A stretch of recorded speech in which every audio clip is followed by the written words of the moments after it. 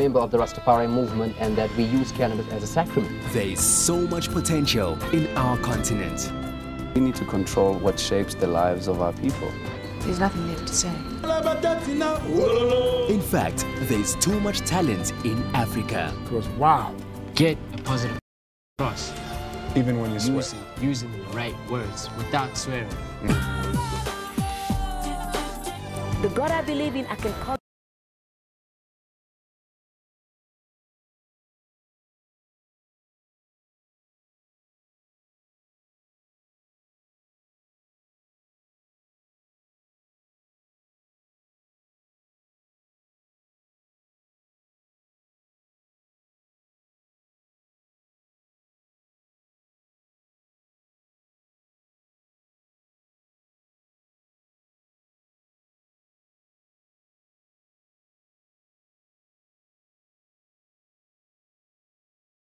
The Uncle on channel 156.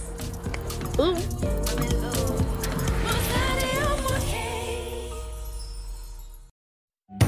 You're watching Fat Joe.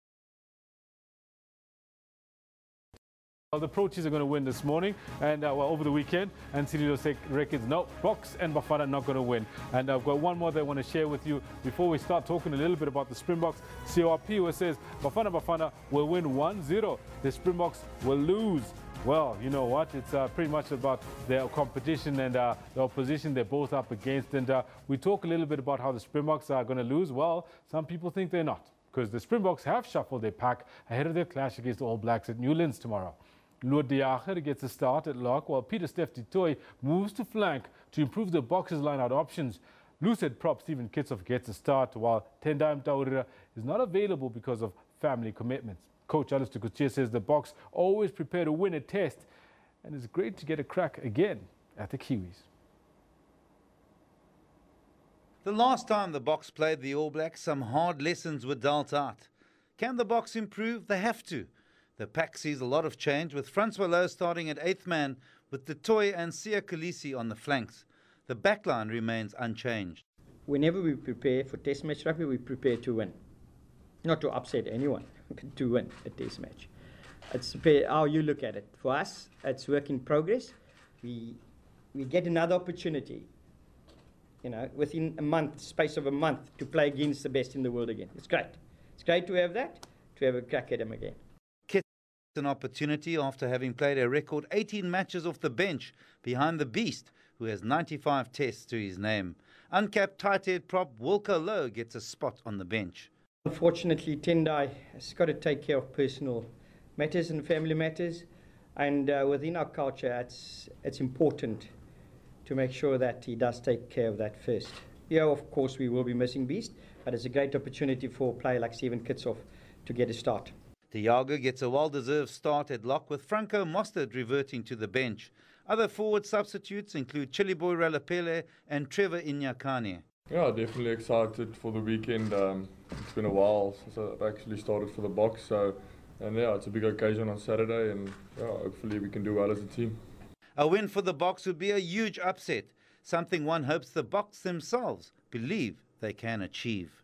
Craig Murray, SABC News, Cape Town.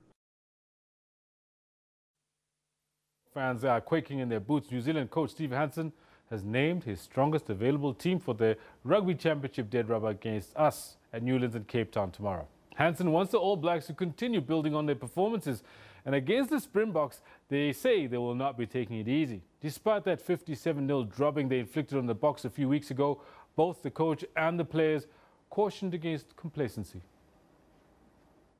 I think they'll be a lot more physical. I think they'll be a lot more accurate in what they did. I think that was their issue, not what they were trying to do was wrong, but I think just how they executed it. And they'll look to, I'm sure, they're not coming off a travel regime that included Perth and New Zealand, like they're two massive time changes.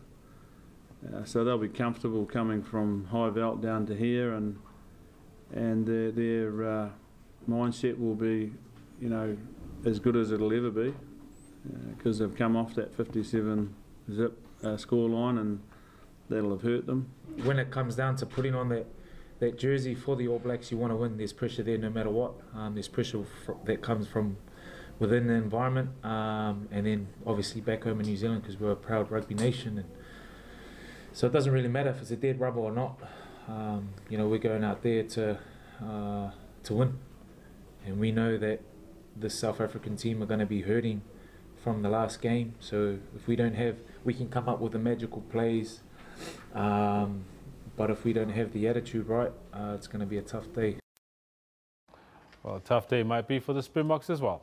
Now, a massive corruption and bribery scandal is brewing at yet another Swiss-based international sports entity. This time, it's the International Olympic Committee that has to maneuver around claims of illegal payments for undue gain. As Brazilian police arrested Carlos Artur Nussmann, the head of the National Olympics Committee, who's accused of conspiring to bribe members of the International Olympic Committee to pick Rio de Janeiro as the host of the 2016 Games. Brazilian investigators say Carlos Nussmann helped arrange a $2 million bribe to get the Games for Rio de Janeiro, where he was arrested in the early hours of Thursday morning. Police said he was being held in connection with crimes including corruption and money laundering. Lawyers for Nussmann denied the allegations. Marcelo Bretas, the federal judge who authorized his arrest, said new evidence indicated that Nussmann's role in the alleged vote-buying scheme was more relevant than initially thought. British said in their arrest order that Nussbaum's wealth grew by 416% between 2006 and 2016, and that he had assets overseas that were only declared after the vote-buying investigation began. The assets include 16 kilograms in gold bars deposited in Switzerland. A few days after the start of the first phase of unfair play, there was a correction to Carlos Arthur Nussbaum's income tax to include 16 kg of gold that was deposited in Switzerland. Leonardo Greener, a former director of the National Olympics Committee, was also arrested in a new phase of the so-called unfair play investigation. Police raided Nussbaum's home in September, accusing him of conspiring with politicians to buy the right to host the 2016 Games. While the Olympic medalists sought their medals, their much-desired gold medals, the Olympic Committee leaders kept their gold in Switzerland. There we go. It doesn't stop, does it? We'll definitely be staying close to that particular story and bringing updates as it unfolds. That's where we're going to leave it for now. We'll be back at the top of the hour with more news, more analysis. It's just before 11 o'clock, so make sure you stay close. You are watching Newsroom.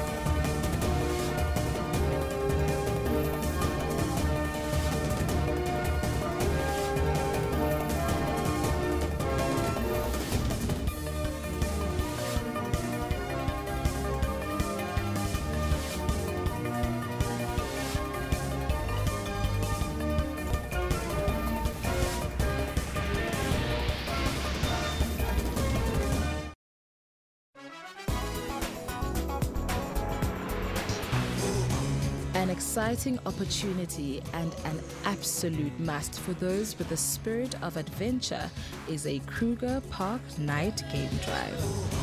The railway station itself is already a sight to behold and offers gracious colonial-style buildings and serves as the departure and arrival point for all train journeys. I wanted to dress with my best color. Being awarded to do the Serpentine Pavilion is the highest commission in my career.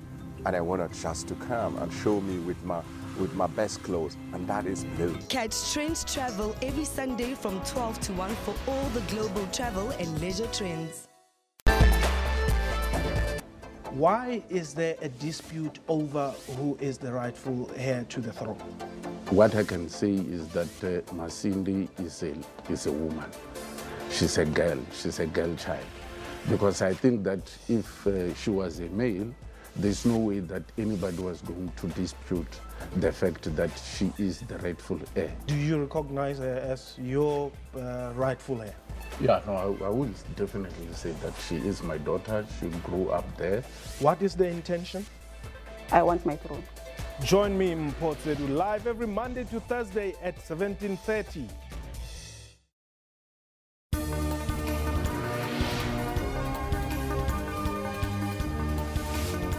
We're talking news, business, and sporting updates both continentally and abroad. South Africa is in its first economic recession since 2009. Currency has appreciated, quite a lot, especially for this year, and it has benefited from a number of things. Not so much to do with what was happening here at home.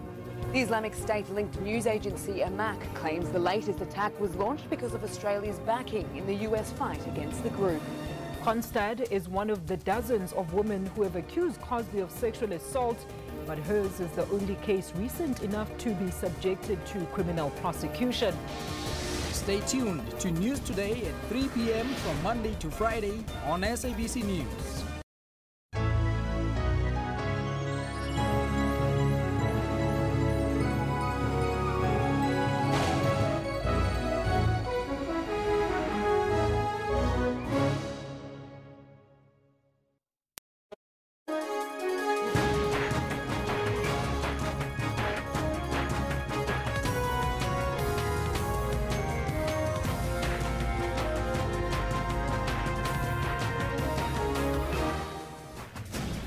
It's a Friday, it's the final hour here on the Newsroom, Jumbo Africa. I'm Elvis Preslin. Now we'll be with you until 12 o'clock. Now the poll today, we're focusing on KPMG. They're under fire, Kendall. They were in Parliament yesterday. Tough questions to be answered. Yes, they were being roasted, and you know, I want to find out from you though. What is your take on the matter? Are you happy with how Scopa is handling the KPMG saga? That's what we're asking you there. So far, 203 votes in. 61% of you are still not very happy. You say you're unhappy about the process, how Scopa is dealing with it, and 39% are saying yes, we are happy. Over 200 votes, though. That's quite promising. Keep them coming. Well, let's see what's being said. Simon Grinder said, well, retrieving the message net is one thing, but where are the criminal prosecutions and trials for the perpetrators? Well said, Mr. Grinder. Mystic Man says yes, but KPMG rep seems clueless and not prepared yesterday. Well, the best thing for Scopa that they can do is to summon those that jump from the frying pan to account for their mess. I agree with you, Mystic Man. They need to answer those questions, tough questions that was asked. But Kendall, we're also focusing on Eskom, another SOE. Yes, another SOE that's in trouble, that's in court, that's facing all sorts of different questions. And we want to find out from you, what do you make of the fact that, you know, so much money was paid to McKinsey and Trillion, 1.5 billion rand it was, that was unlawfully paid for what, Elvis? Doing? Absolutely nothing. Zilch. Zero. Okay, so let's take a look at what you're telling us. Mamani says Eskom needs to just clean itself. This is a lot. There's a lot going on there than we know or thought.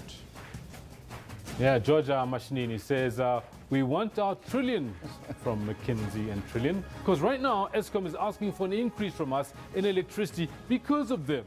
Yes, there you have it. There you go. Keep them coming. We'll read them as we continue. But it's also sports, the politics of sports. Springboks and Bafana Bafana. It's over this weekend, of course. And we want to find out from you. That's the question there, Kendall. Yeah, look, what do you make of it? What are your expectations? Crutch matches for Bafana, crutch match for the Springboks. What are your expectations this weekend? Nekasa Molo comes in with trusting Bafana Bafana is like trusting politicians. Sometimes red, sometimes green. Richard Smith. Well, the cricket coach looks the happiest. That's all I can say. Well, there you have it. These are some of your comments. South Africans has got no chill at all, I promise you. Hey, but today it's also a very big day. We're going to cross to Durban in a short while. Yeah. Blaine Herman, our reporter, is standing by there. He's going to tell us about the ocean's economy. The president is going to be there a little bit later. Blaine, in a short while, we'll be speaking to you and you'll give us an update there. But right now, let's take a look at your news headlines.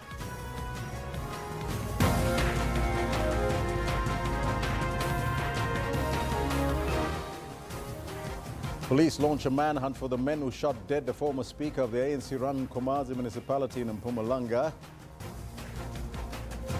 The Public Enterprises Minister says that the Eskom board did not inform her on their decision to recover over 1.5 billion rand from McKinsey and Trillion.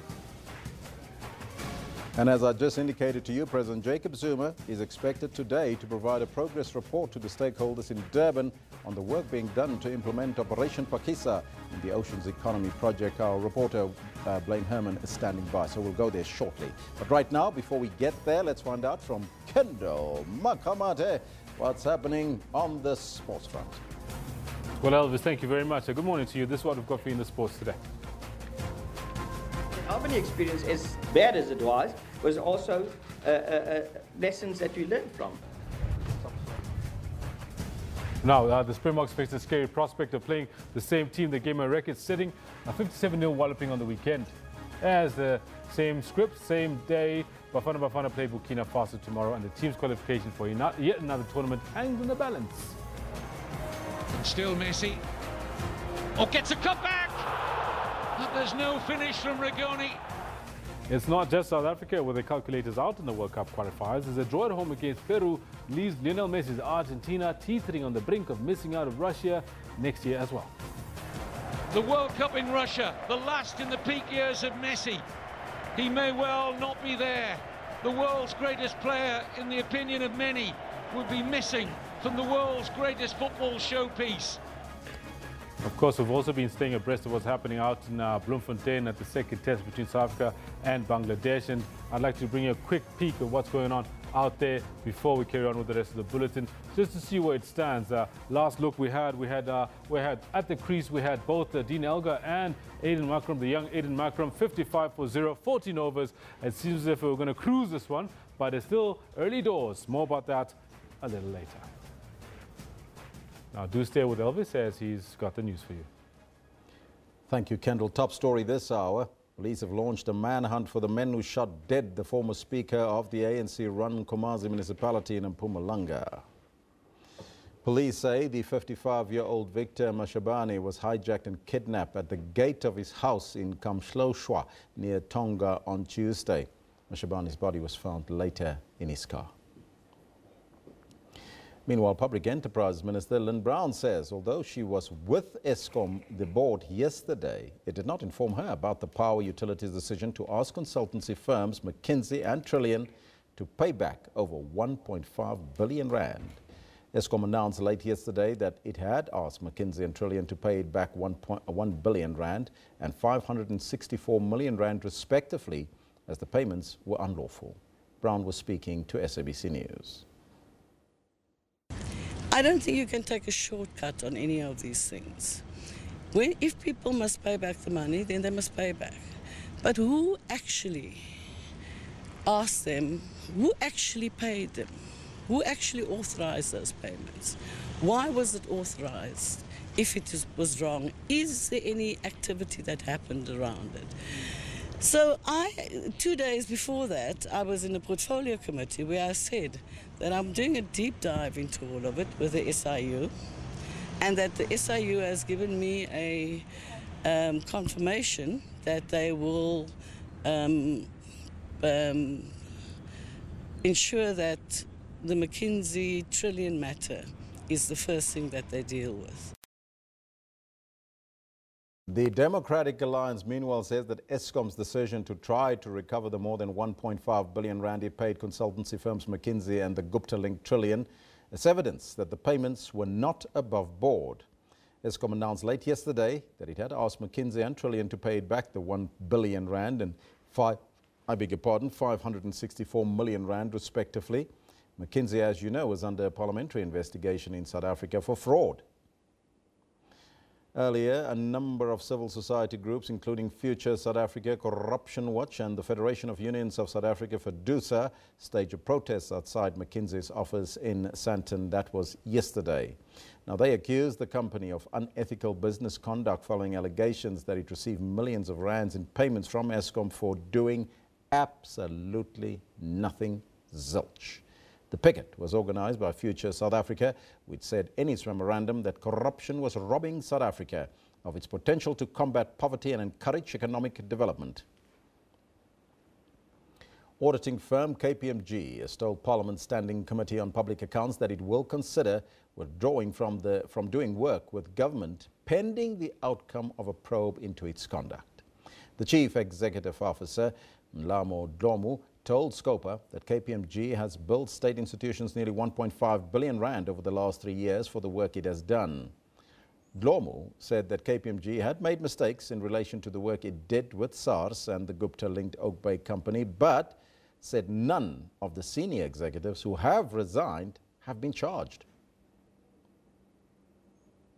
Do you not think that it would be appropriate for you to act in the public interest and voluntarily withdraw all your bids on existing work in the public sector and place a moratorium and voluntarily commit to not bidding for any work in the public sector until the independent inquiry has been complete. We are open to considering your suggestion, and we will go and reflect on it. The Democratic Alliance says it is reviewing all the contracts it has with KPMG. DA leader Musi Maimane acknowledged that not all contracts that the DA-run government entities have with KPMG involve corruption. He was speaking after a march to the Gupta Saxon World residence. Even as KPMG was defending itself in Parliament, it was dealt another blow.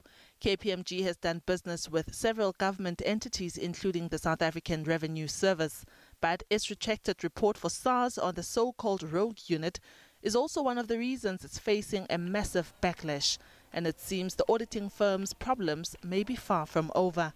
If the DA pulls the plug, the firm could lose business with the cities of Johannesburg, Cape Town, Nelson Mandela Bay and Tshwane. So far, KPMG has been deserted by a range of firms including Sasfin, Munich Re Africa, Signia, Hulisani and Wits University. The Botswana government is also suing them after it gave a bank a clean bill of health before the same bank had to be liquidated. Maimane says the party's preference is to do business with firms that are ethical. We must make sure that we review all of them. And our preference is always that we do business who are ethical. We do business with people who want to advance the interests of South Africans. And ultimately we'll review all across the board to ensure that integrity is upheld. Diabo Seto, SABC News. KPMG's problem seems to be far from over, as Parliament's Portfolio Committee on Finance wants criminal charges for those implicated in the saga. Now, we earlier caught up with the chairperson of the committee, Yunus Karim, on his committee's plans of action in the KPMG saga. Explained that they have quite an onerous, rigorous process of investigating allegations about the errant performance of auditors. So they first look at the allegations and decide whether in fact there's a case to be heard by the auditor. Then they have an investigations committee that prefers the charges, and then the auditors are given a chance to reply, and further engagements take place on this. And it's much the same, it seems to us, in the committee as you would have in like a court process, where you have the right to be heard, and of course there's investigations and so on. And then once they finalize their report in the investigations committee, they refer it to the disciplinary action committee, which decide on what sanctions to take if the auditor is found guilty of the allegations. Now they claim that it takes up to 18 months to finalize a case such as the KPMG one, and they say that the norm internationally is 36 months, but the board of the IRBA has met and decided that they will expedite this matter because of its urgent nature. Secondly, what they said to us is that in reply to a question we put to them about the resources they have available, they said at this stage they feel they can manage on their own, and should they need more resources, they will turn to other relevant regulatory bodies. They have in fact been approached by the international regulators, since the matter is now drawn international attention, for support from them. But IRBA insisted they'll use South African sources, and we encourage that. Meanwhile, the independent regulatory body for auditors, IRBA, has told Parliament that the investigation into KPMG will be fast-tracked. You heard it there from the chairperson of SCOFA. Now, the IRBA investigation is one of several probes into KPMG's working relationships and contracts with the controversial Gupta family. The body is also looking into KPMG's work into the so-called rogue unit at SARS. IRBA Chief Executive has also confirmed that KPMG has been cooperating with the body's investigation. After we have met with the leadership, the local leadership and the international leadership, they have given us the commitment that they will cooperate, that they will supply us with all the information. And since then, they have been giving us the necessary information, bar one or two documents that we might require from them, of which, again, we follow up immediately because we don't want them to think that there's an opportunity to not give us information or to delay giving us information. Now, SARS says it stands by the rogue unit report, which was compiled by the embattled auditing firm KPMG. SARS Executive for Employment Relations, Luther Labello, says they've never met with KPMG, so they do not know which part of that report is wrong. Labello also says that KPMG should cease doing business with the state. KPMG in 2016, January, came back and told us that they're happy with the report is final. And therefore, we're saying, on the basis of that, and at least until that point, the report for us, there is nothing wrong with it. We don't see anything wrong with the report because KPMG never met and explained to us. And this is very interesting, that the KPMG International says they send us an email at 9 o'clock, at 11 o'clock they issue a media statement. And then they're claiming that it was urgent. The question is, urgent from who? Who was putting pressure on them to issue a media statement within 2 hours? Without meeting with us as SARS as a client. Number two, the very same chief of the global chief executive officer had all the time to fly all the way from London to come to South Africa and meet with the former Minister of Finance and the Deputy Minister of Finance, but he fails to at least meet with SARS, whom was a client to you, whom you have done business to, and now you are meeting with other people who have literally nothing to do with this report. And that for us we find very, very unethical, and that's why we've taken the actions that we've taken. And our view really is that KPMG must cease doing business with the state. Well, there you have it, very decisively. Now, to watch the longer interview with SARS, you have to stay tuned as the channel 404 will bring you the full version later in the show. Now, going back to one of our top stories, President Jacob Zuma is expected to provide a progress report to stakeholders in Durban on work being done to implement Operation Phakisa, the Oceans Economy project. Now, Operation Phakisa was launched in 2014 as one of the means of fast-tracking the implementation of the National Development Plan, or the NDP. It's all about reigniting growth and job creation and to improve socio-economic services. Operation Phakisa is being implemented in the oceans economy in terms of the expansion of information and communication technologies in schools, building ideal clinics, mining, tourism, and the agriculture and rural development sectors. Minister of Environmental Affairs, Edna Molewa, gave us an update. We are very glad that actually President Zuma came in and said, we are actually having a coastal line of just under 4,000 kilometers. The longest that we can find in any other country, relatively speaking, and we are not using it. And when we started planning in 2010 about what else can we do, we looked at the economics aspects of it, modeling what can be done. We came up with 9 sectors, but of those 9 sectors, we selected 4 that are immediately doable, and those are the ones that we are coming to showcase here today. But we subsequently added others, like for instance where we are with the cruising, coastal tourism has been added since then, expansion of harbors in particular, because remember, this is a port. We have small harbors, 12 of them, that are actually not being used at all. So we're focusing on infrastructure as well. And all these are actually supported by strong development of infrastructure so that we can expand these ports. Oceans economy, critical for our economic growth. Now, for the latest on Operation Phakisa, we are joined in Durban by SABC's Blaine Herman. Blaine, a very good morning to you. I believe you do have a guest there. The minister is with you. But before you do that, just paint us a picture as to what is happening there this morning. Yeah, very good morning to you, Elvis. Good morning, everybody. We come to you live from the Nkosi Albert Lutuli International Convention Center. The president is actually expected here shortly. Earlier on, he did pay a visit to the Southern African shipyards, and that is actually in the port of Durban.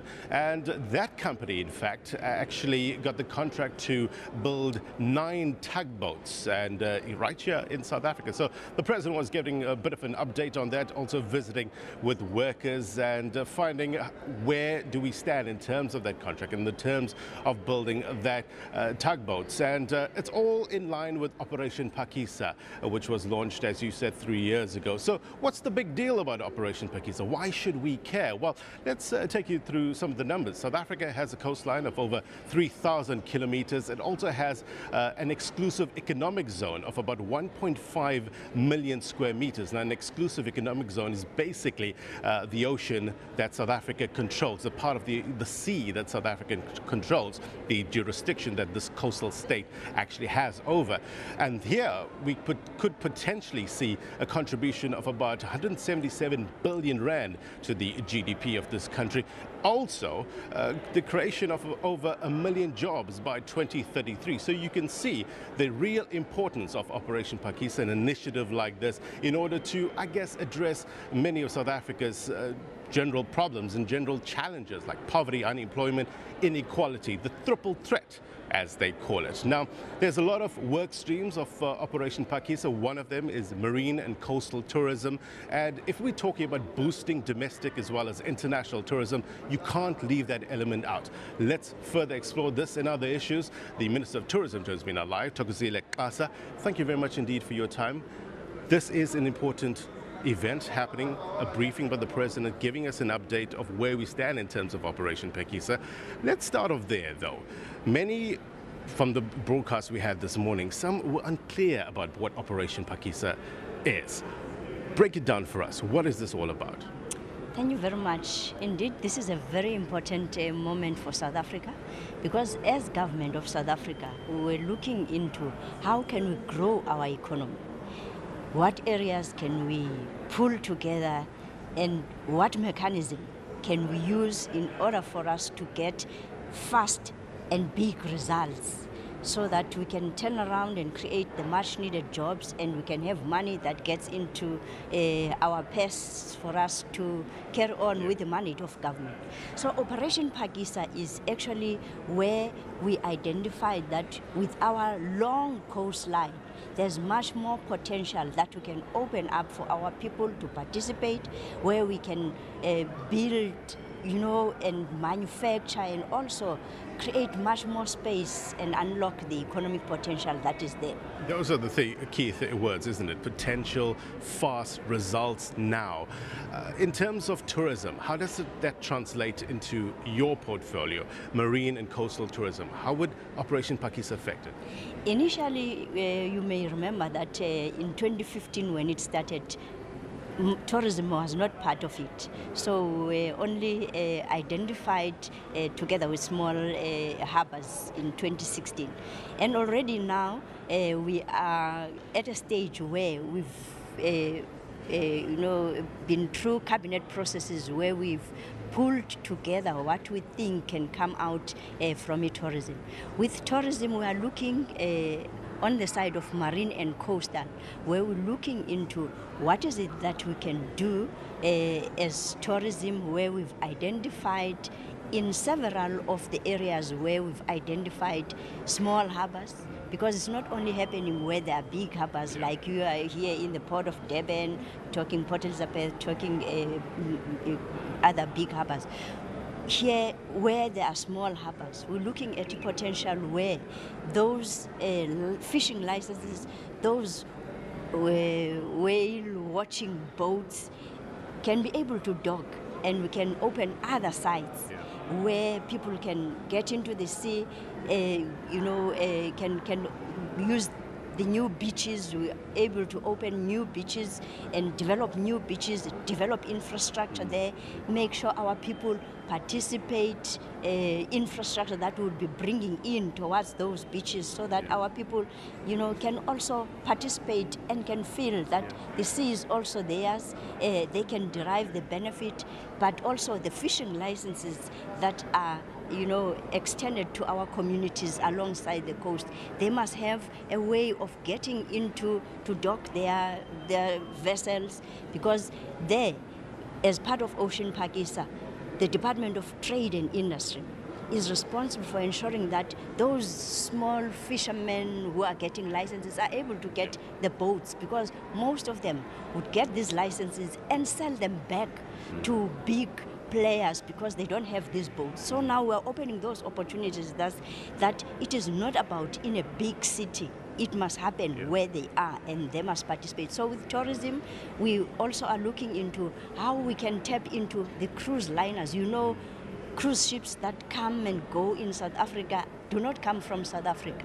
And our young people have not been participating to get the skills to work there because it's another world of work in the sea through those cruise liners. South Africa, through developing its own cruise liners, but also the participation with countries where cruise tourism is big, we already are now having young people who are being trained in those boats as chefs, as sommeliers. Some of them are working because it's a hotel in water. So already what we have been training our young people in the hotels in South Africa now, we'll be able to train them in those boats. As we speak already, MSC has taken young people, 97 of them coming from the Eastern Cape. So it's on the very skills that we've been doing. Now it's enhanced. We are using the sea to unlock that potential. But on top of it, we also are enhancing and also, building on activities that are happening. The activities that are happening in the sea and festivals that are happening alongside the coast are some of what we have identified as tourism, so that our people participate to bring people towards those coasts. We're excited that South Africa is also known in the whole world because we just launched 44 of the blue flag beaches in South Africa. So those beaches must translate now to grow more of infrastructure and other activities so that our young people are able to participate, and communities around those areas. So it means it opens space for rural areas to participate. It opens space for townships and small cities and towns to participate. You touched on something very interesting and very critical, I guess. It's infrastructure. Often when we talk about cities, coastal cities that are benefiting from tourism, it's often we talk about Cape Town, we talk about Durban, the big cities. What about other coastal cities? Are there adequate infrastructure development in place in order to, tap into this market? Yes, for instance, from the tourism side, we have identified nodes in all the 4 coastal provinces. So where we have developed that, it's not just on the strip of the sea, but the node also enters into the city or the small town up to a certain radius where we identified as a precinct that we work on, so that we tackle the value chain of what is needed in order for instance, if I may just pick one side, talk Port St. John's. It's a small town, development very sluggish there, but with the identified sites for ocean economy, we're looking into a waterfront there. We're looking into a tidal pool there, so that people, because as you know, there's a history of sharks, attacks in the area. Tidal pool, so that people can still enjoy the beach, but at the same time, there's space now for further hotel development or lodges or whatever is applicable in order for us to keep the environment, but at the same time, more development. There is a small harbor there that is meant to assist young fishermen and all of that, and also docking of some of the smaller ships. So there is whole host of activity that is going to bring in infrastructure in Port St. John's, that is going to bring in much needed skills into those young people. Because, for instance, what is happening in the eastern part, you don't find anywhere where young people, even though we advertise to say we have this skills development program. Those skills development programs require that they be trained in a facility. And then there are no facilities there. So there is that potential where you're going to put on those facilities with industry investment and everybody working together. So all government departments are working together. And as we identify tourism potential, if it links with transport, we are able to bring in the Department of Transport.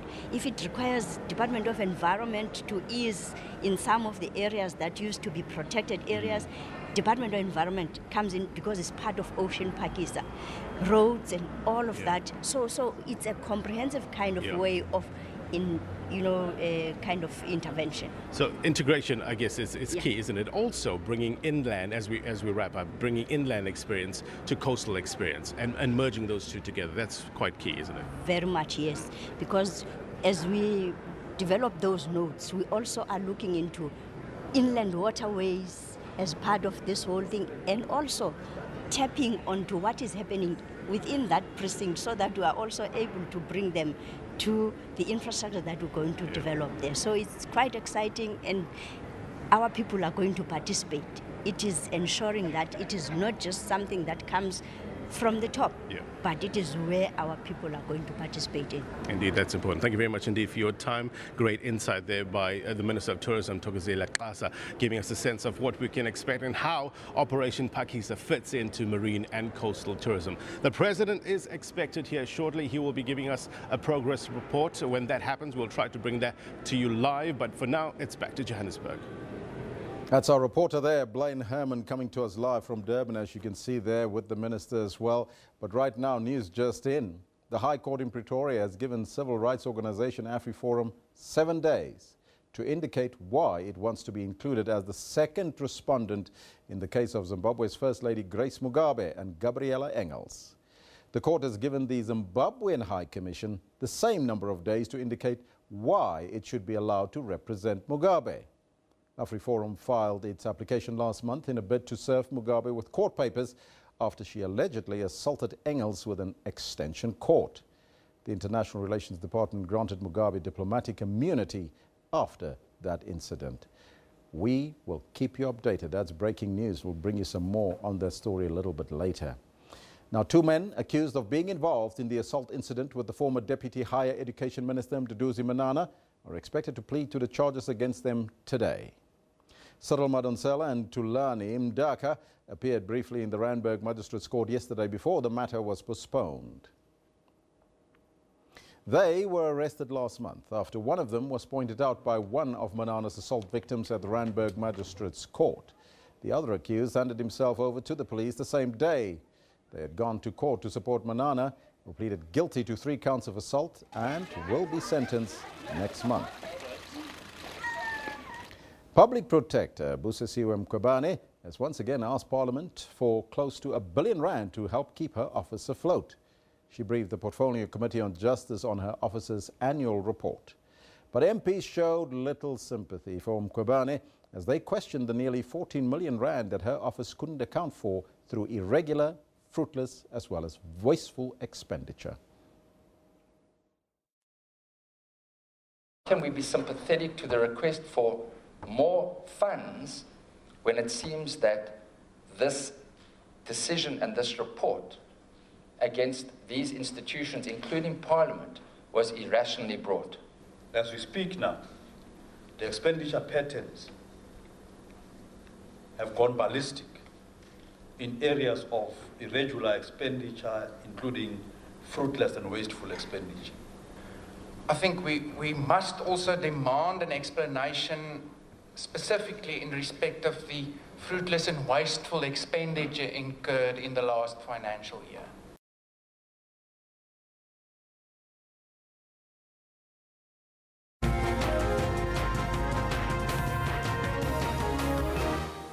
KPMG continues to receive the backlash from many quarters for the withdrawal of the so-called SARS rogue unit. The South African Revenue Service, SARS, insists that KPMG's report is not flawed. In SARS's letter to the Portfolio Committee on Finance, SARS raised the concerns over how KPMG handled the saga. Now, to find out more about the letter that SARS wrote to Parliament and its legal action against KPMG and the entire saga, we are now joined in our Pretoria studios by Luther Lebelo. He is SARS Executive for Employment Relations. A very good morning to you, sir, and welcome. Morning, thanks for having me this morning. Mr. Lebelo, why is SARS insisting that KPMG's report on the SARS rogue unit is not flawed when they themselves has acknowledged that the report is flawed? And thanks for the question. So maybe let me start by stating that Last week when we were at SABC, we committed that we are going to sue KPMG. We are going to stop business with KPMG. We are going to review the work that they've done for us in the last 10 years and check whether there was value for money.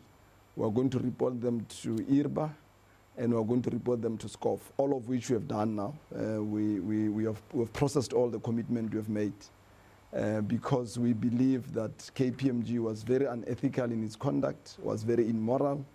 It has demonstrated that it doesn't deserve to be paid or to do business with the state and be paid with the fiscus money that SARS collects. Now, you must appreciate that, firstly, we've got a service level agreement. The service level agreement says that once we commission you and you do business with us, and then you give us the report and we give you the money, that report becomes the property of SARS. So the copyright remains with SARS. Now, on this fateful day, we get an email from KPMG International informing us that they are intending to withdraw the recommendations and the conclusions of the report. And while we are still trying to understand what is the story here, they issued a media conference. So they never met with us. So where we are sitting, we don't know which part they've withdrawn, for what reason. If they are saying there is something wrong with the report, which part of that report it is wrong. We know that for over almost 6 months, us and KPMG have been meeting about the report, the drafts and all that. And KPMG itself in 2016, January, came back and told us that they're happy with the report is final. And therefore we're saying on the basis of that, and at least until that point, the report for us, there is nothing wrong with it. We don't see anything wrong with the report because KPMG never met and explained to us. And this is very interesting, that the KPMG International says they send us an email at 9 o'clock, at 11 o'clock they issue a media statement. And then they're claiming that it was urgent. The question is, urgent from who? Who was putting pressure on them to issue a media statement within 2 hours? Without meeting with us as SARS as a client. Number two, the very same chief of the global chief executive officer had all the time to fly all the way from London to come to South Africa and meet with the former Minister of Finance and the Deputy Minister of Finance, but he fails to at least meet with SARS, whom was a client to you, whom you have done business to, and now you are meeting with other people who have literally nothing to do with this report. And that for us we find very, very unethical, and that's why we've taken the actions that we have taken. And our view really is that KPMG must cease doing business with the state. We now know that in Botswana they are also suing them. We also know that in what they call the IFMS, which is an information system in National Treasury, they received 5 million rand for not doing any work. So it's generally, from where we sit, is generally a very corrupt institution. But the last point that you want to make, and we wish the media must follow up on this. And so KPMG says they did an audit and they found that the report had problems. So some people failed. So 5 people, including the chief executive officer, have resigned, at least until yesterday, through the SCOPA hearings, which were very appreciative of what SCOPA did. We now discover that these guys were given packages to leave. Now, how do you give a package to someone who has cost your company 63 million, which is 23 million from SARS and the other 40 million? How do you do that? So it confirms our view that the KPMG conduct has got nothing to do with the wrong report, but it was an attempt by KPMG to play into the political space, try to exonerate the people that SARS has disciplined, and try to exonerate the people whom SARS has opened a criminal against with the Hawks. Some are also suggesting that you're holding on to this report because you might expect a pushback from those that will let go, including the former finance minister Pravin Gordhan and the employees of SARS. No, I think I've explained that. The employees of SARS were disciplined in January 2015, February 2015. The KPMG report was confirmed in January 2016. So it doesn't make sense that we'll charge you for a report that is only going to come out after 12 months. We can't charge you in an imagined report. We charged them on the basis of the Sikhakhane report. the criminal investigation that we opened because 2 employees came to the Commission of SARS in May and confirmed that they've committed they've been given 850,000 rand. They've installed cameras in the offices of the police and the Hawks illegally. And on the basis of that, we opened a criminal case. So that criminal case was opened in May 2015 before the KPMG's report of 2016. So we're not worried about that. Nobody, in fact, the people who are saying that, which is including the former Minister of Finance and the 3 employees who were disciplined, they themselves, they know that that is not true. In fact, in our media statement last week, we said they are actually either ignorant or they're disingenuous and are intending to mislead the public, because they know that the disciplinary and the criminal had nothing to do with the KPMG report. And that's why we're saying the impact of the KPMG report, even if it's withdrawn tomorrow, it doesn't have any impact on the 2. So those who are making those allegations, they must understand now the sequence that is impossible. That argument doesn't fly. Mr. Lobelo, I thank you for your candid replies on the interview. Thank you so much for joining us. That was Luther Lobelo, SARS Executive for Employment Relations.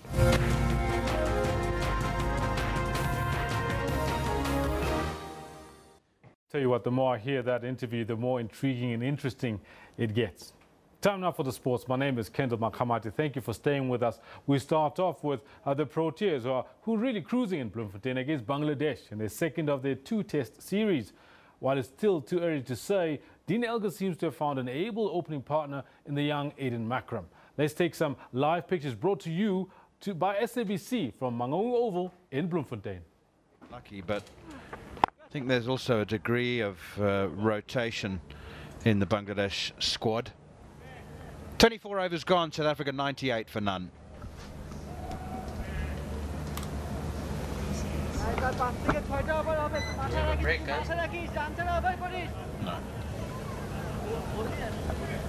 The clouds scattering, as you can see. Beautiful blue skies. The sun came out early in the morning. It was quite chilly as well in Bloemfontein this morning. Crowd starting to come in looking for shade. Can you imagine those beer tents will be filled? Just look at the grouping for Bangladeshi bowlers. To Aiden Makram on that good length as well, and you can see the balls that rose and went past the outside edge at back of a length. And a couple of the boundaries are the ones that were bowled very short, and Aiden Makram easily getting on the back foot and hooking and pulling on those balls. And so Bashir is back.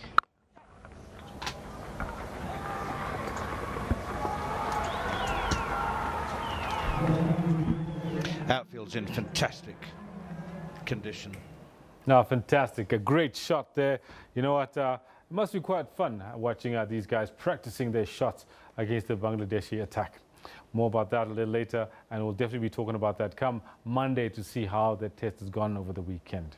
Move on to other sporting stories, and from one national team to another, and it's really a case of the same script, different day for South Africa, as our national football team navigates another qualifying campaign with the real prospect of not making it out of this campaign. At stake, a spot at FIFA's World Cup to be held in Russia next year. While Bafana players believe that South Africa can still qualify, the chances of making it to Russia really hang by a very thin thread. After back-to-back losses to Minnows Cape Verde last month, South Africa are bottom of Group D with just 1 point after 3 matches. Bafana still have a mathematical chance of finishing top of their group, but with only 3 games to go, this is going to be a big mountain to climb. They trail joint log leaders Burkina Faso and Cape Verde by a massive 5 points. Senegal are third in the group with 4 points. This simply means Bafana must win all their remaining matches and hope that other teams in their group drop points. Only the group winners are guaranteed a place in Russia, and Bafana players understand the challenge lying ahead. I think we still can turn the corner, although we know very well that we are in a difficult situation whereby we need each other to lift our heads up. In another Group D encounter on Saturday, Cape Verde will be at home to Senegal. A draw in that match will be a perfect result for Bafana Bafana, provided they collect maximum points at the FNB Stadium on Saturday. Sfiso Ramara, SABC News, Johannesburg. And we stay with World Cup qualifying news, and Argentina could miss out on the World Cup for the first time since 1970. This follows their 0-0 draw with Peru at home in Buenos Aires. Meanwhile, Chile registered a hard-fought 2-1 win against Ecuador, while Paraguay stole it at the death against Colombia. Let's take a quick look at the highlights from these matches. Benedetto, Mercado, all in the mix. Messi's onto this! Oh, and the deflection sends it wide. Always a better team when they're passing it quickly. Here's Messi, shots on now! And a whisker wide, claims a deflection. Messi looking for Benedetto! Can't keep the header down. Hugely experienced player for an inexperienced one. Here's Benedetto, denied, but there's Messi off the post and away to safety. And again, beautifully done. This is Gomez! And another huge save from Galese. In the 5th minute of added on time. Strikes it well, and a fine save by Romero. Come back his way here, Valdivia. Valdivia, Eduardo Vargas! And the pressure around Santiago's just been lifted. Ordóñez crosses. There's a man over here. Oh, wow! It's 1-1. And Ibarra on his debut. Here is Arturo Vidal. He pulls it back. And here's Alexis Sanchez. And Chile are off the hook.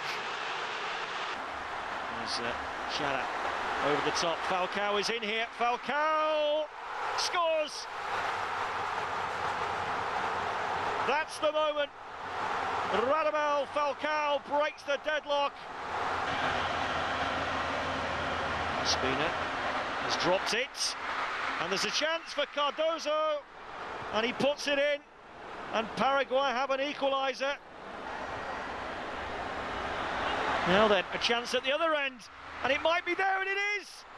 Paraguay have stolen it! Can you believe this? It's Antonio Sanabria.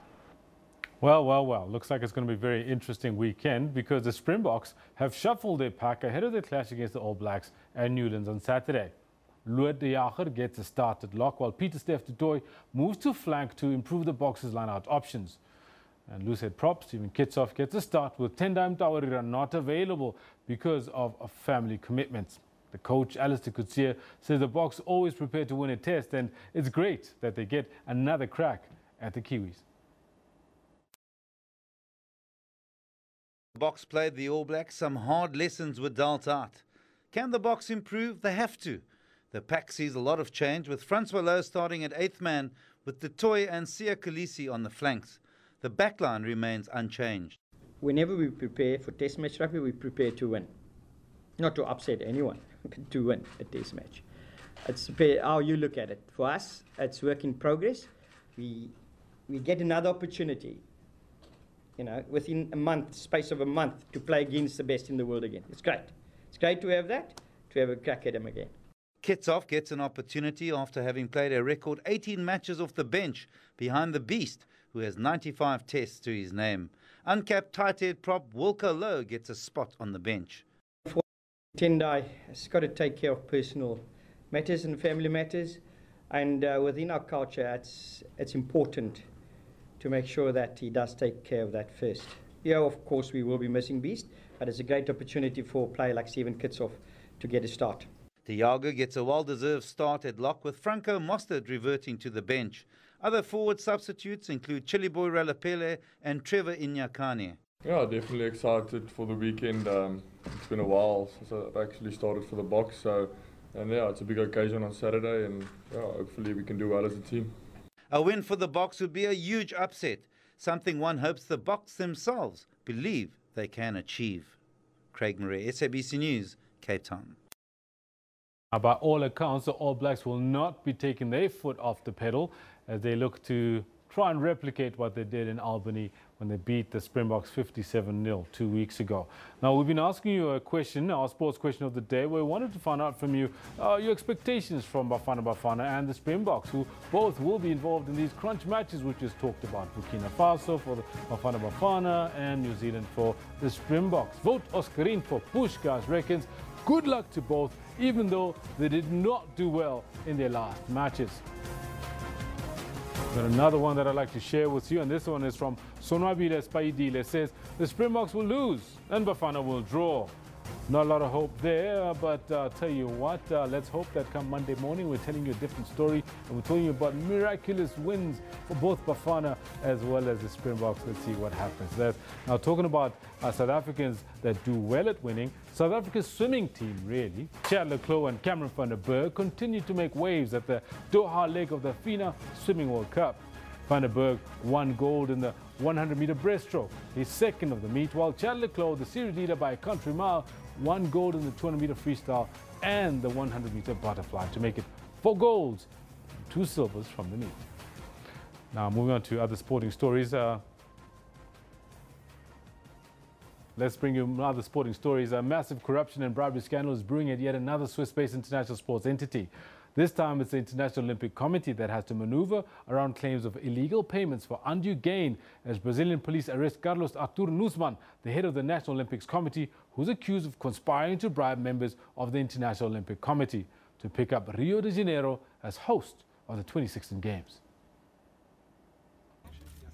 Brazilian investigators say Carlos Nussmann helped arrange a $2 million bribe to get the Games for Rio de Janeiro, where he was arrested in the early hours of Thursday morning.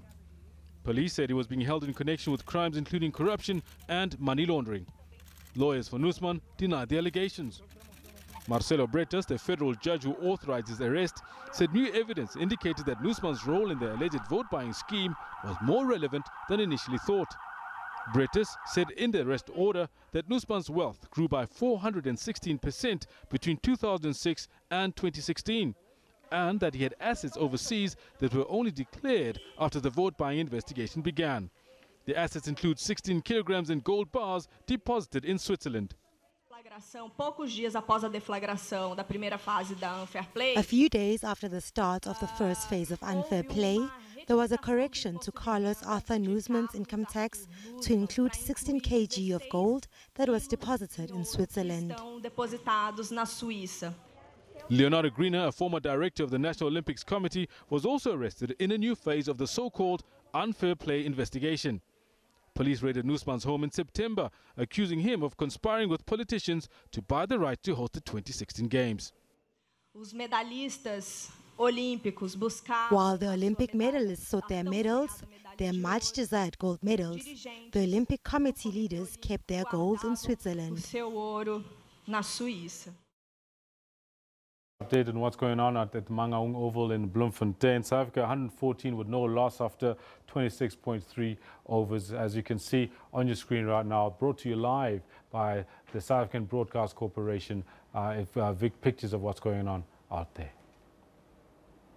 Now, the much-anticipated conference of all former MK combatants has started at the Nasrec Expo Centre outside Soweto in Johannesburg. Organizers say around 1,800 delegates are attending the 2-day conference. Let's go there now live, right now. And this alliance really is founded upon key areas of class struggle, if so to speak. And these areas normally reflect the positions of the alliance in general, namely economic area of class struggle, represented by COSATU, political struggle, represented by our revolutionary movement, the African National Congress, and SABC fitting in all of that. So, as such, we are saying forms and methods of class struggle are necessarily dictated to by the challenges affecting our what we call alliance partners. Comrades and friends,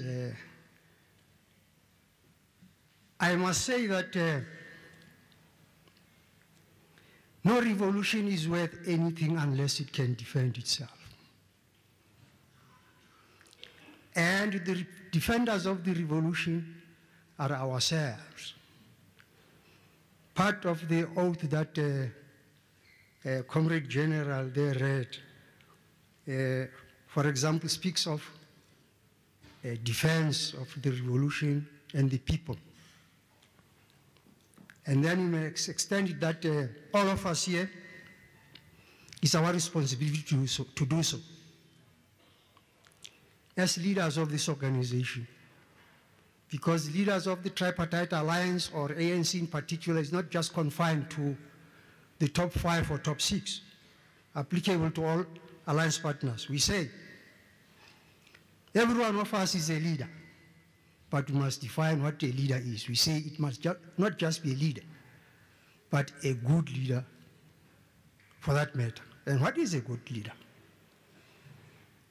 We say a good leader, I'm quoting Dr. John Mutsag, your political leader now here. He used to say, a good leader is the one who knows how to follow. Close quote. Are we capable of following ourselves? Yeah.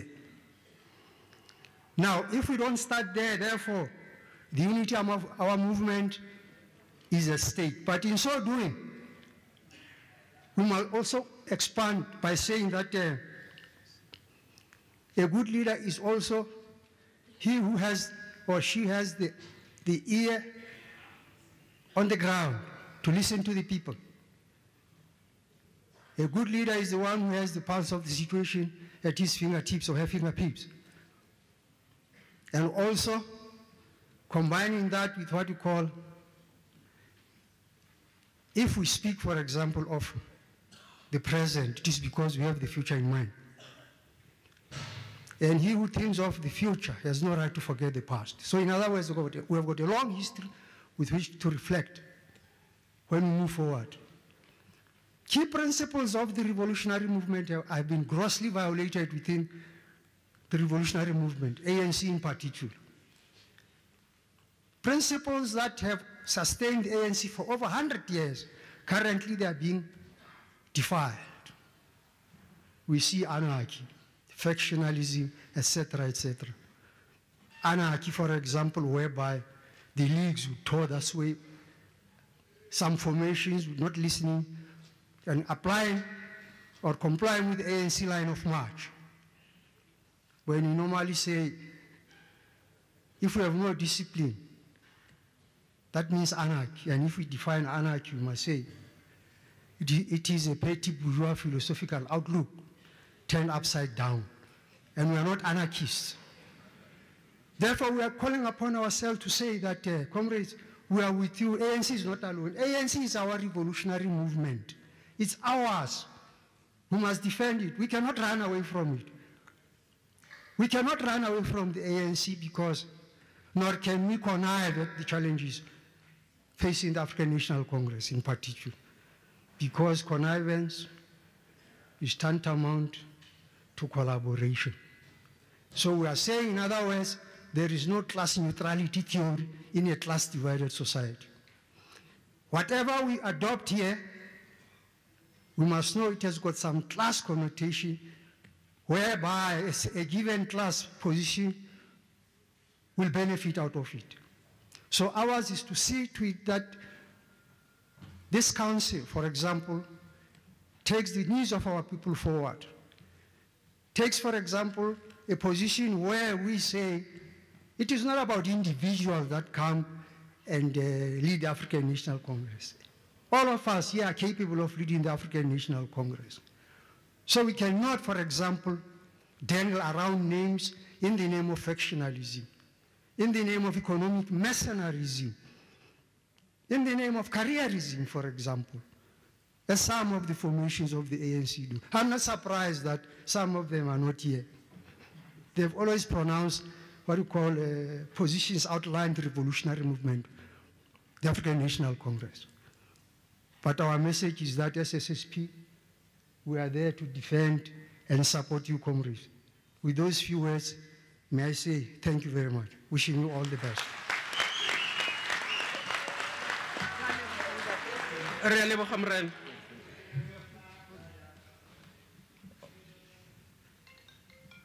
Comrades,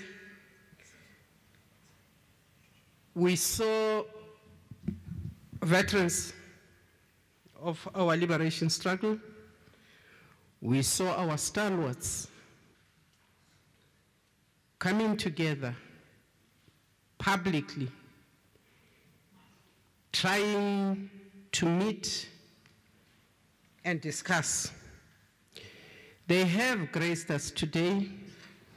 They are here to give us a message of support. And I welcome Comrade Adam Kwanazi.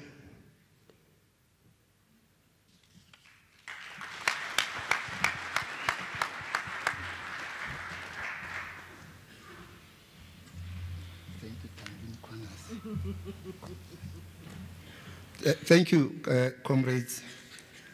I've been asked to speak on behalf of the stalwarts and veterans.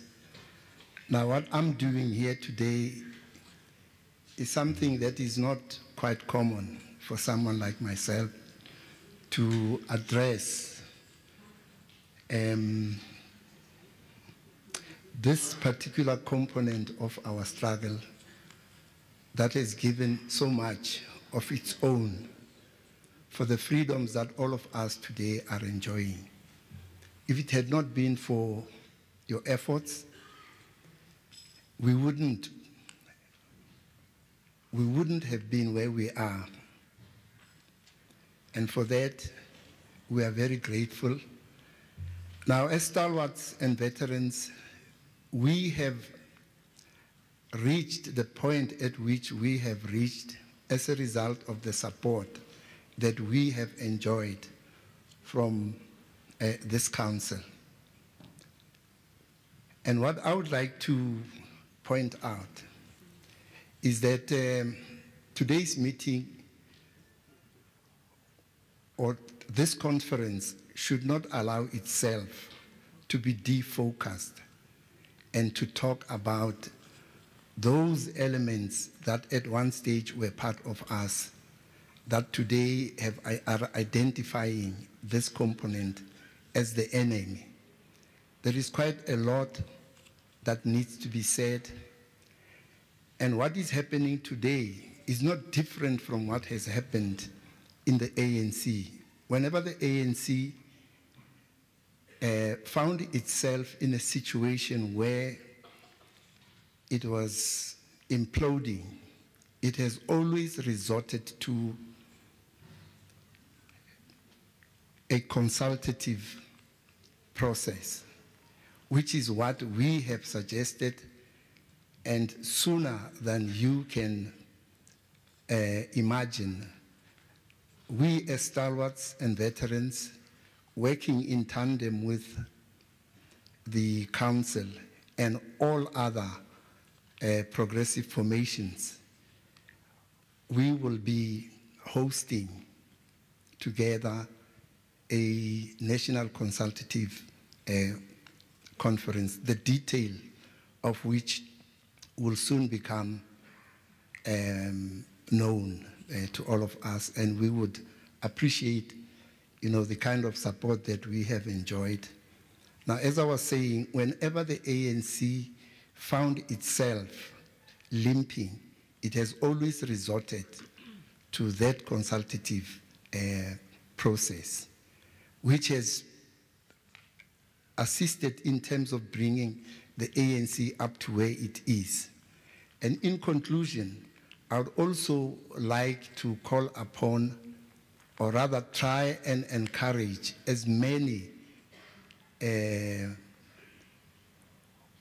of young people who formed part of the June 16 detachment to identify themselves with the efforts of the council.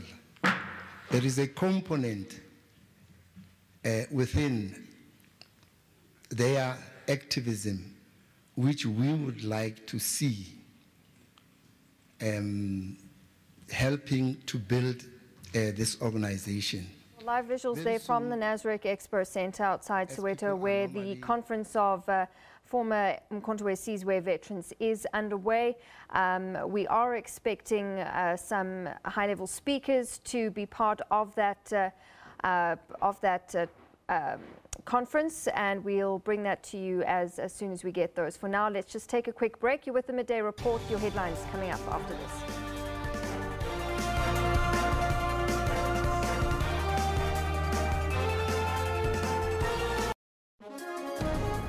Rights and recourse tackles constitutional issues. When South Africa became a constitutional democracy, we had a fairly sound legal system in place requiring the Constitution to guide the direction in which it must go and the way in which it must be refashioned. The Justice Ministry, the custodian of human rights. We actually have a plan to come up with a comprehensive review of our human rights instrument. Advocates dealing with evidence. Sometimes you have to use a crook to catch a crook. So we expected that their credibility would really be taken to task. You try and consult your witnesses and prepare them as best as you can. Hashtag Rights with Dumila Mates on legal issues every Sunday at 2 o'clock Central African Time.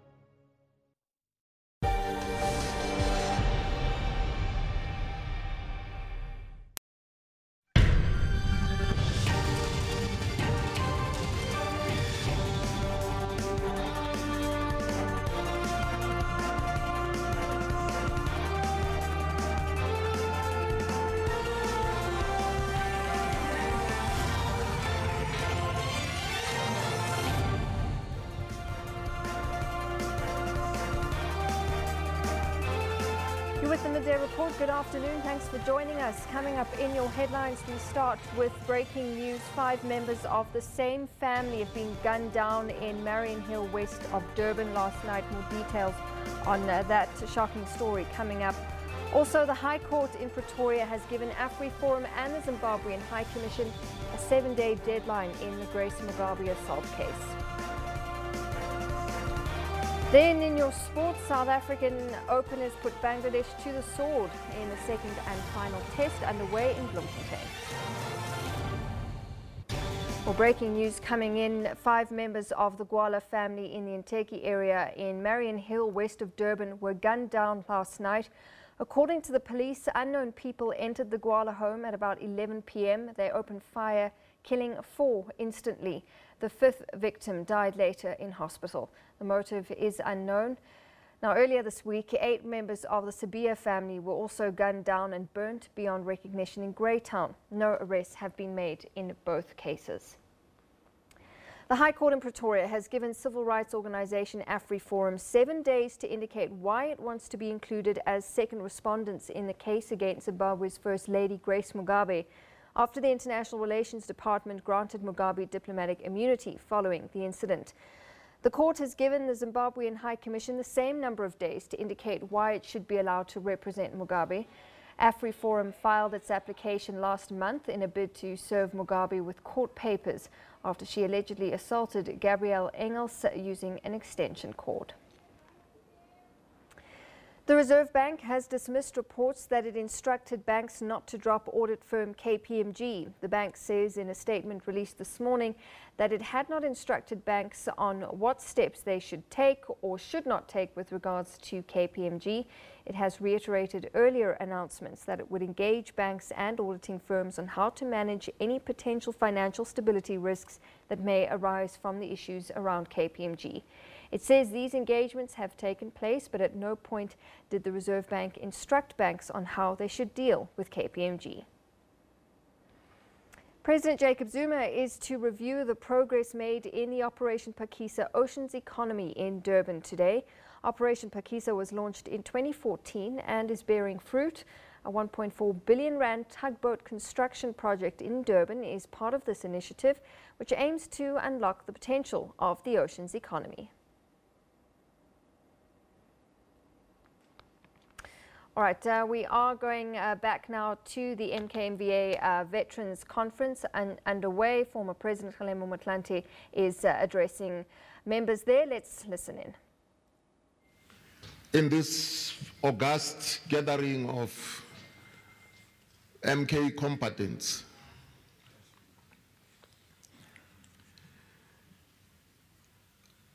in my previous life, I spent time with the first generation MK members in our second country. You know, those of us who swear by God and our two countries. There was a little country we owned called Robben Island. And so these comrades who constituted the first generation of MK operatives and recruits had never had the honor of taking an oath, the oath of MK. But they were involved in organizing the first recruits and providing them with training.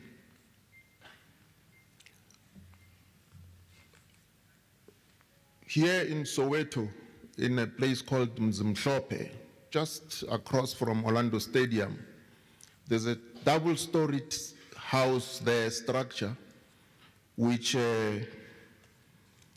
was a unique structure in the olden days because it had two surgeries.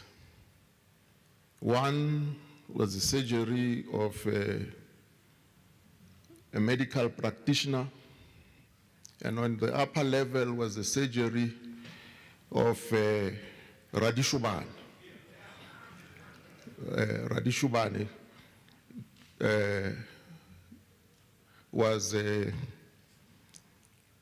trained herbalist. And so when they greet you, they say, Atlamare Obone. And I'm referring to this place because this is a place where Jack Hodgson gave the initial training in how to handle explosives. And the people who were there for such training would sit together with patients who were coming for consultation with the medical practitioner. And at the right moment, they just slip up to the higher level where they would receive training in how to handle explosives. And so the explosives, gunpowder and everything were contained in greasy bottles and stuff like that there, so that they were not easily identifiable by the security police. I'm sharing this with you because the roots of MK explained to us that MK was, in fact, an army of the people. Ordinary South Africans who felt that it was time to answer the call came forward and volunteered. And it was only once the conditions became almost impossible that the majority of them then went abroad. But as you know, the first recruit of MK was Ntate Nrumlange, unfortunately still alive, and he should have been here. He was the very first person to be recruited into MK and was part of the first 6 MK recruits to be sent for military training in China, together with Comrade Wilton Mkwai, Raymond Mhlaba, Stephen Naidu, as well as Joe Gabi and Patrick Giraffe Mtembu. Now, this first generation, when we were spending time with them in prison, key among them was Comrade Edgar Ngoyi. Edgar Ngoyi, well, in prison, we spend lots of time having to debate and discuss, political theory and so on. So Edgar Ngoyi, as an old MK recruit, would always ask one question. He'd be the first one to raise his hand and ask a question. And his question consistently would be, what relationship does what we are discussing have with the struggle of working people? So in any session, before you could proceed, he wants to know, lo mcimbi esingawo apha udibana njani nedabi labasebenzi? And if you can't explain the connection between what you are about to discuss or study and the struggle of the working people, it doesn't make sense to him. So you would not be able to proceed with that. He gives his blessings only once it is clear that there's a link between the subject of study and the struggle of working people. Now, Edgar Ngoyi was a very powerful character. He had unsagging morale in the most difficult of circumstances. You would think that, he's at the picnic. Nothing ever put him down. The first time he was sentenced to 2 years, and his co-accused were sentenced to 5 years, 6 years, 7 years, 8 years. And in the first trip on their way to Robben Island, when, because prisoners were put right at the bottom of the boat, and somewhere between Cape Town and Robben Island, there's a confluence of two oceans. And in that spot, the boat in the rainy season cannot go through. And so if you are traveling for the first time, it makes people, to throw up and so on. And so the comrades who were with Comrade Graf in that boat say when they were nauseated and throwing up, Comrade Graf, instead of sympathizing with them, he was sentenced to 2 years. He says to them, no, this place name was included. And so the statement is then sent to the printers, only for Comrade Charles Ngakula to phone with a correction. So Comrade Ngakula explains that no, it's not Graf who has passed away. It is his brother who's passed away. And so the printers were then duly informed, but all they could do was to stick, a tape on top of Comrade Graf's name. So in that January 8th statement, there was a blank space, which is, erasure of the name of Edgar Ngoyi.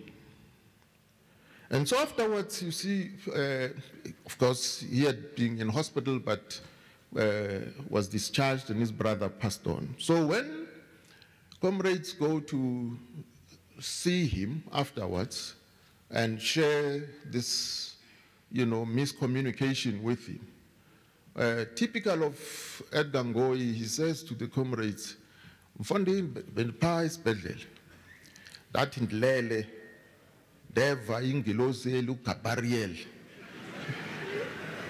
endibamba enditsala ndathi resist." Aphuma phaa qabana. And so, eventually, by the time he was laid to rest, he had written his own obituary. Yeah, he wrote it himself. He wrote it right up to the end, and he says, "Lala ngoxolo qabana."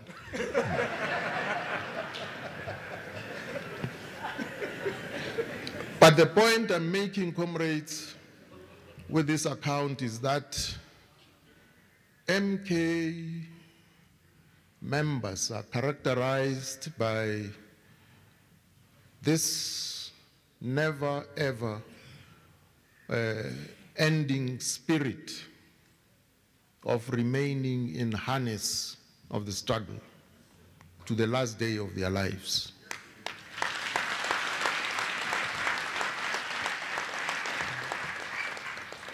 And so your presence here in this gathering today is testimony to the fact that you remain in harness to ensure that the struggle of our people, the struggle that you waged in the name of the people, will continue under these new circumstances, under these new conditions, and therefore we must ensure that this contingent connects with the younger people, because continuity will be assured by how far we succeed to define our goals in a manner which resonates with the feelings of the younger people. Because the older you become, the more you adapt to circumstances. Even when your shoe pinches, it feels comfortable. And you lose the will to continue struggling to change conditions for the better. And that's why we need the oomph of youth. We need the energies of young people who will push boundaries, of course. And that's how we will be able to ensure that this revolution does not peter out. With these words, comrades, I'm really standing here to say only one word: amandla.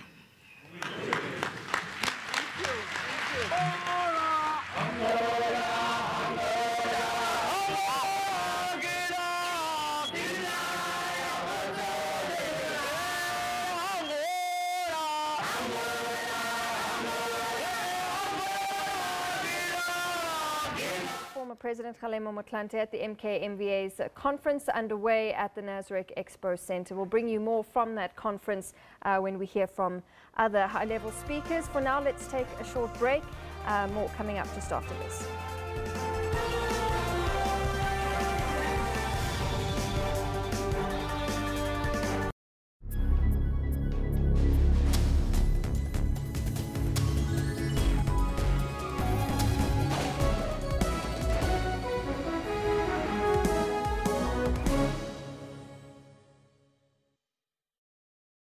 This distinguished CEO would say the best way to enjoy a brandy is whilst wearing diamond-encrusted lamb's wool socks, accompanied by the smell of fresh money. Woo! Really? Sock diamonds? Well, we'd say a brandy enjoyed with last night's pizza works just as well. Get a 750ml bottle of Richelieu International Brandy for only $114.99 from Tops at Spar. The Law Society has slammed notices sent to 4 universities to jack up standards or risk losing their LLB courses. The Council on Higher Education issued a stern warning to the universities to conform within 6 months. I think it will affect the university. I think outside the law faculty, there's a funding issue. It's been 112 years since Enoch Sontonga died as a relatively unknown composer, choir master and teacher. But today his legacy lives on through his greatest composition, Nkosi Sikeleli Afrika. For all your news updates, stay tuned to Your World from Monday to Sunday.